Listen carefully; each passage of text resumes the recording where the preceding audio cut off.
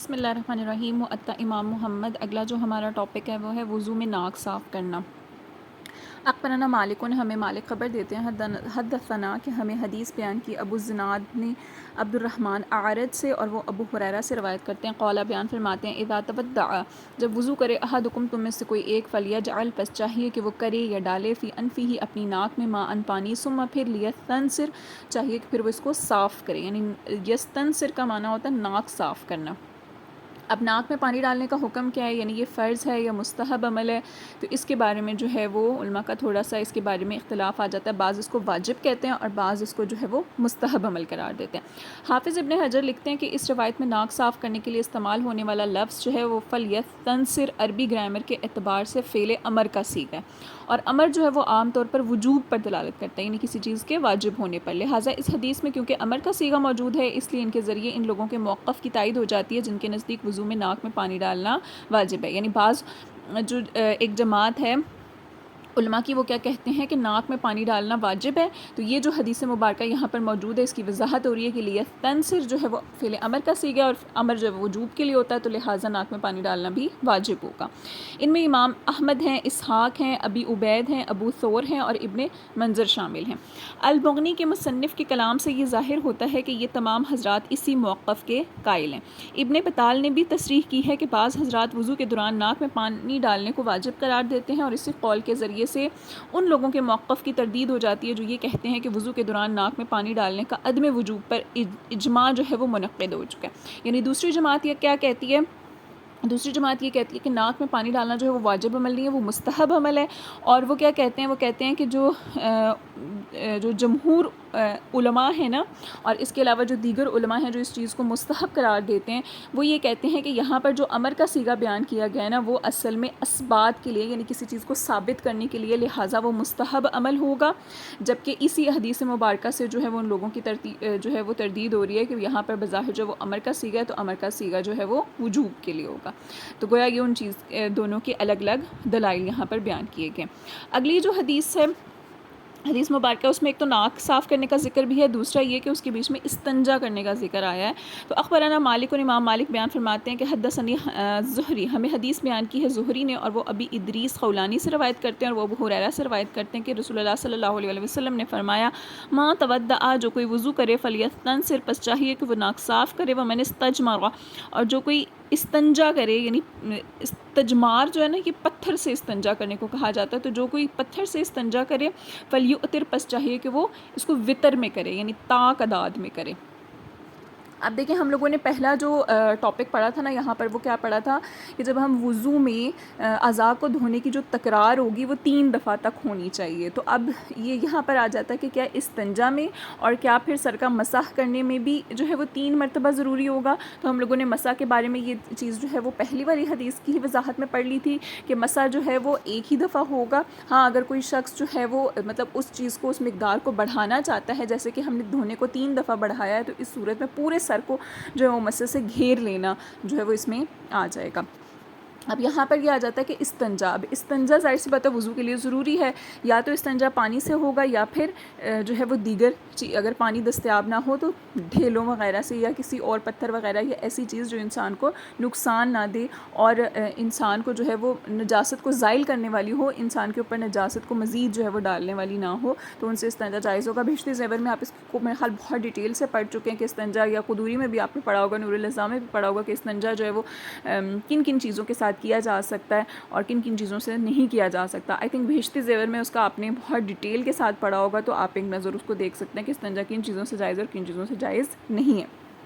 قال محمد، امام محمد بیان فرماتے ہیں کہ وہ بحاظہ، اور اسی بنیاد پر ناخذو ہم لیتے ہیں، ینبغی کہ چاہیے، للمتودی وضو کرنے والے کے لیے، ان یتمدمد کہ وہ کلی کرے، ویستنثر اور یہ کہ وہ ناک صاف کرے، وینبغی لہ اور چاہیے اس کو، ایدن اسی طرح، ان یستجمر یہ کہ وہ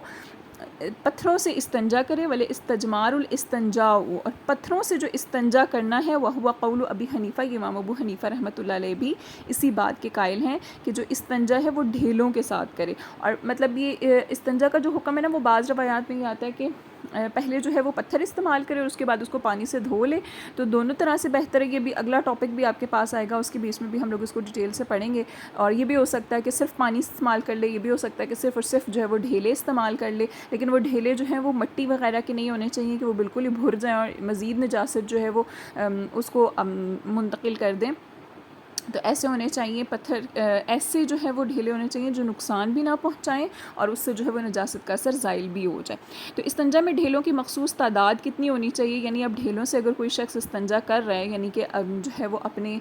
عضو خاص کو جو ہے وہ صاف کر رہا ہے، تو اس صورت میں صاف کرنے میں کتنی تعداد ہو، کتنے پتھر ہونے چاہیے؟ تو امام مالک رحمۃ اللہ علیہ اور امام ابو حنیفہ رحمۃ اللہ علیہ کے نزدیک استنجا میں پتھروں کی تعداد جو ہے وہ مخصوص کرنا ضروری نہیں ہے. اگر 3 پتھروں سے کم تعداد میں پتھر کے ذریعے صفائی حاصل کی جا سکتی ہے تو پھر ایسا کرنا سنت ہوگا. یعنی 3 سے کم بھی استعمال ہو سکتے ہیں، 1 ہو جائے، 2 ہو جائے، 3 ہو جائے، کوئی حرج نہیں ہے اس میں. امام احمد اور امام شافعی رحمۃ اللہ علیہ کے نزدیک اگر 3 پتھروں کے استعمال سے پہلے ہی صفائی حاصل ہو بھی جائے تو کم از کم 3 مرتبہ پتھر استعمال کرنا ضروری ہے اور اس سے کم پر اکتفا کرنا درست نہیں ہے. یعنی 2 جماعتیں، 2 موقف ہمارے سامنے آگے. بعض کہتے ہیں کہ نہیں 3 سے کم بھی اگر ہو جائے تو پھر بھی اس کو 3 تک لے کے جاؤ، کیونکہ ابھی جو حدیث ہم نے پڑھی ہے اس کے بیچ میں بھی یؤتر کا لفظ آیا، یعنی کہ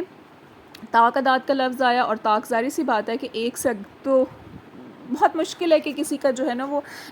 استنجا کی جگہ کو وہ مطلب صاف کر سکے، تو 2 تو استعمال کرے گا ہی کرے گا. تو لیکن اگر 2 میں بھی ہو جاتی ہے پھر بھی اس کو چاہیے کہ اس کو طاق بنانے کے لیے 3 میں کر لے. اور بعض یہ کہتے ہیں کہ نہیں، اگر جو ہے وہ 1 یا 2 کے ذریعے بھی کر لیتا ہے تو ایسا کرنا بھی سنت ہے. اور اس کی دلیل جو ہے وہ ابھی آگے ہم پڑھیں گے. ٹھیک ہے، ابھی یہ جو دلیل پڑھ رہے ہیں وہ طاق عداد والوں کی پڑھ رہے ہیں، یعنی 3 دفعہ والوں کی پڑھ رہے ہیں. امام ابو جعفر طحاوی رحمۃ اللہ علیہ حضرت ابو ہریرہ کے حوالے سے نبی کریم صلی اللہ علیہ وسلم کا یہ فرمان نقل کرتے ہیں کہ جو شخص استنجا میں پتھر استعمال کرے وہ طاق عداد میں کرے. ابھی ایک جو حدیث پڑھی، ایک دلیل وہ ہے، دوسری دلیل یہ والی حدیث آ گئی، یعنی 3 دفعہ استعمال کرنے والوں کی دلیل. اس کے بعد امام طحاوی رحمۃ اللہ علیہ نے اس روایت کی مختلف اسناد نقل کی ہیں. پھر آپ لکھتے ہیں کہ اہل علم کے ایک گروہ کے نزدیک استنجا میں 3 سے کم پتھر استعمال کرنا درست نہیں ہے. ان حضرات نے اپنے موقف کی تائید میں ان احادیث سے استدلال کیا ہے جنہیں ہم نے سابقہ سطور میں نقل کیا. یعنی ابھی پہلے جو حدیث لکھی گئی ہے ایک وہ، اور ایک یہ جو ابھی آئی ہے، یہ دونوں. اس کے برعکس بعض کیا کہتے ہیں کہ اہل علم کا ایک اور گروہ اس بات کا قائل ہے کہ جتنے بھی پتھروں کے استعمال کے ذریعے نجاست دور ہو اتنے پتھروں کا استعمال ضروری ہے، خواہ ان کی تعداد جو ہے وہ 3 سے کم ہو یا زیادہ ہو، چاہے وہ طاق ہوں چاہے وہ جفت ہوں. سابقہ روایات کی وہ یہ تعویل پیش کرتے ہیں، یعنی یہ جو حکم یہاں پر آیا کہ طاق عداد میں کرے، تو وہ کہتے ہیں یہ حکم جو ہے وہ استحباب کے لیے، یعنی مستحب عمل ہے. اس کا مقصد یہ نہیں ہوگا کہ اس سے کم تعداد میں پتھر استعمال کرنے سے طہارت حاصل ہوتی نہیں ہے. یعنی یہ جو 3 مرتبہ استعمال کرنے کا حکم آیا نا، ان علماء کا یہ جواب دیتے ہیں کہ 3 سے کم استعمال کرنا کوئی یہ نہیں ہے کہ لازم ہو گیا ہے کسی انسان پر کہ یا واجب ہے یا فرض ہے کہ نہیں جی 3 ہی دفعہ کرو، بلکہ یہ سنت ہے. تو سنت جو ہے وہ کم میں بھی اگر ہوگا تو وہ بھی مستحب عمل ہوگا، یعنی اس میں بھی جو ہے وہ طہارت حاصل ہو جائے گی. ہاں لیکن بہتر عمل، افضل عمل یہ ہوتا ہے کہ بھئی 3 استعمال کر لے تاکہ جو ہے وہ کسی شک و شبہ کی گنجائش باقی نہ رہے. جب ہم نے تحقیق کی تو اس موقف کی تائید میں درج ذیل دلائل ہمارے سامنے آئے، یعنی جو کہتے ہیں 3 سے کم میں، تو ان کے دلائل کیا ہیں؟ تو حضرت ابو ہریرہ روایت کرتے ہیں کہ نبی کریم صلی اللہ علیہ وسلم نے ارشاد فرمایا ہے کہ جو شخص سرما لگانا چاہتا ہو وہ طاق عداد میں لگائے، یعنی طاق تعداد میں آنکھوں میں سلائی پھیرے. جو ایسا کرے گا اس کا یہ عمل بہتر ہوگا، اور جو نہیں کرے گا اس میں کوئی حرج بھی نہیں ہے. اور جو شخص پتھر استعمال کرنا چاہتا ہو وہ طاق عداد میں استعمال کرے، جو ایسا کرے گا تو اس کا یہ عمل بہتر ہوگا. الی آخرہ، یعنی اس کے آخر تک کی روایت بیان کی گئی ہے. اسی طرح ایک اور روایت میں یہ الفاظ زائد ہیں کہ حضرت ابو ہریرہ نبی کریم صلی اللہ علیہ وسلم کا یہ فرمان نقل کرتے ہیں کہ جو شخص استنجا کے دوران پتھر استعمال کرنا چاہتا ہو وہ طاق عداد میں استعمال کرے. اگر وہ ایسا کرے گا تو بہتر ہے، لیکن نہیں بھی کرتا تو اس میں کوئی حرج بھی نہیں ہے. حضرت عبداللہ ابن مسعود رضی اللہ عنہ روایت کرتے ہیں کہ نبی کریم صلی اللہ علیہ وسلم رفع حاجت کے لیے تشریف لے جانے لگے تو مجھے ہدایت کی کہ مجھے 3 پتھر لا دو. میں نے پتھر تلاش کیے تو مجھے 2 پتھر ملے اور ایک روس ملی. روس کہتے ہیں یہ جو گوبر لیب جو ہوتی ہے نا جانوروں کی، جسے آپ گویا وغیرہ بھی کہہ سکتے ہیں، وہ جو جب خشک ہو کے جو ہے وہ مطلب خشک ہو کے ایک ڈھیلے کی صورت جو ہے اختیار کر لیتا ہے. تو چونکہ روز جو ہے نا وہ پاک نہیں ہے، یہ ناپاک ہے، لید ہے، ظاہر سی بات ہے یہ تو مزید نجاست انسان پر ڈال دے گی. تو کہتے ہیں وہ آپ کی خدمت میں پیش کیے تو آپ نے روز کو پرے پھینکتے ہوئے ارشاد فرمایا کہ یہ ناپاک ہے اور پتھر قبول کر لیے، یعنی روز سے استنجا کرنا جائز نہیں ہے. امام طحاوی لکھتے ہیں کہ یہ روایت اس بات پر دلالت کرتی ہے کہ نبی کرم صلی اللہ علیہ وسلم قضائے حاجت کے لیے ایسے مقام پر تشریف لے گئے تھے جہاں پر پتھر دستیاب نہیں تھے، اسی لیے آپ نے حضرت ابن مسعود کو پتھر لانے کی ہدایت کی۔ اگر وہاں پر پہلے سے پتھر موجود ہوتے تو اس ہدایت کی ضرورت نہیں تھی۔ یعنی یہ یہاں سے ایک مسئلہ یہ بھی ثابت ہوتا ہے کہ اگر استنجا کرنے کے لیے جائے تو پہلے سے پتھر یا ڈھیلے وغیرہ اپنے ساتھ لے کر جائے، یا وہیں پر بھی ڈھونڈ کر استعمال کر سکتا ہے، تو جہاں مرضی سے ہو، اس میں کوئی وہ ممانعت والی بات نہیں ہے۔ پھر حضرت ابن مسعود نے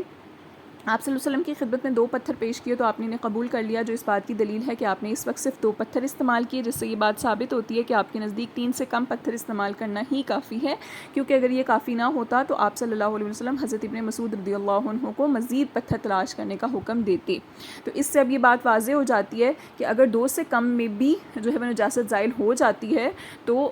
اس میں بھی کوئی حرج نہیں ہوگا۔ ہاں 3 دفعہ اگر کوئی استعمال کرے تو یہ افضل عمل ہے اور یہ مستحب عمل ہے اور یہ بہتر عمل ہے، ورنہ کم میں بھی کوئی ممانعت نہیں ہے۔ اور اگر عقل کے حوالے سے دیکھیں، یہ تو ہوگی نا شرعی دلیلیں جو ہمارے سامنے آ گئیں، اگر عقلی حوالے سے اس مسئلے کا جائزہ لیا جائے تو ہم یہ دیکھتے ہیں کہ بولو براز کہا جاتا ہے پیشاب اور پخانے کو، یعنی چھوٹا اور بڑا جس کو آپ واش روم کہتے ہیں، ٹھیک ہے۔ بولو براز کو ایک مرتبہ پانی سے دھونے سے نجاست زائل ہو جائے تو ایک مرتبہ دھونا ہی کافی ہے، لیکن اگر ایک مرتبہ دھونے سے اس کا رنگ یا بو زائل نہ ہو تو پھر دوسری مرتبہ دھویا جائے گا۔ مختصر یہ کہ اصل مقصد جو ہے وہ نجاست کے اثر کو زائل کرنا ہے، جو کسی بھی مقدار کے ذریعے حاصل ہو سکتا ہے۔ اس لیے قیاس کا تقاضا یہی ہے کہ پتھر کے ذریعے استنجا کی صورت میں بھی کسی مخصوص تعداد کو متعین نہ کیا جائے۔ یعنی جب دھونے کے عمل میں آپ یہ دیکھتے ہیں کہ ایک مرتبہ ہم کسی چیز سے جب نجاست زائل کرنا چاہتے ہیں تو ایک دفعہ جب ہم اس کو دھوتے ہیں نہیں صحیح سے ہوتا صاف تو ہم 2 مرتبہ دھو لیتے ہیں، 2 سے بھی نہیں ہوتا تو ہم 3 مرتبہ دھو لیتے ہیں۔ تو اصل مقصد کیا ہوتا ہے؟ ہمارا نجاست کو ختم کرنا ہوتا ہے، گندگی سے جو ہے نا وہ کپڑے یا اپنی جسم کو پاک کرنا ہوتا ہے۔ تو یہ کہتے ہیں جس طرح دھونے کے عمل میں ہم ان چیزوں کا خیال رکھتے ہیں تو اسی طرح سے پتھر کے عمل میں بھی ہوگا کہ جتنی مقدار سے نجاست زائل ہو جائے گی اتنی مقدار جو ہے وہ کافی ہوگی، اور اس میں کوئی تعداد کو متعین کرنا ضروری نہیں ہوگا۔